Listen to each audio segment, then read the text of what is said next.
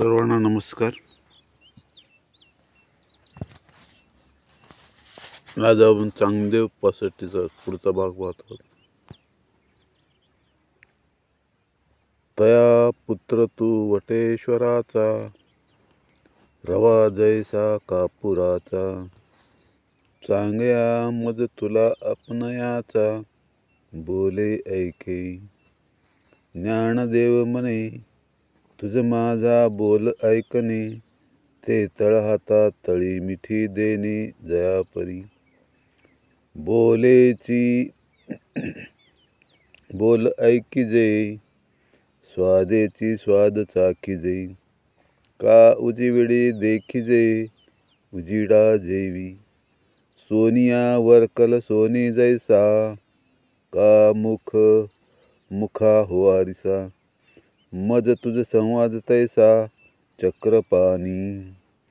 गोडिये आपले गोडी, घेता काय नये माये तोंडी, आम्हा परस्परे आवडी तो पाडू असे।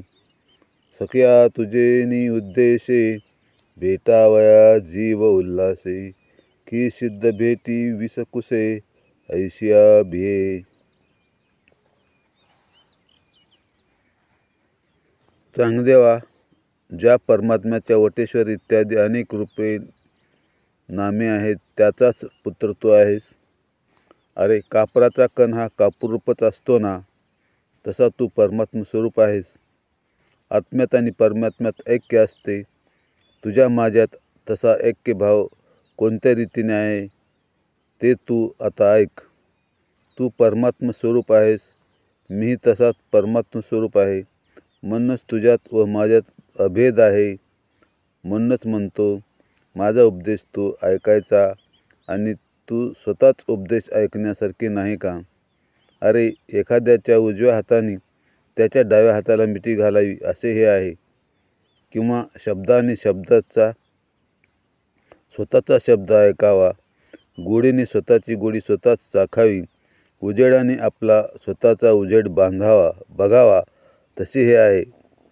अथवा सोन्याची कसोटी असावी, मुख हेच आरसा म्हणून पाहण्यासाठी उपयोगी आणावी, तसे चांगदेवा तुझ्या आणि माझ्या संवादाचे हे आहे।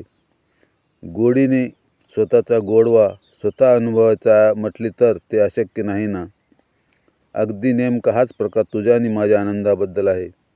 चांगदेवा, मोठ्या उत्साहाने तुझी भेट उपाधी दृष्टीने बिघडवून जाईल की काय या भीतीने मी शंकासूल झालो आहे। धन्यवाद।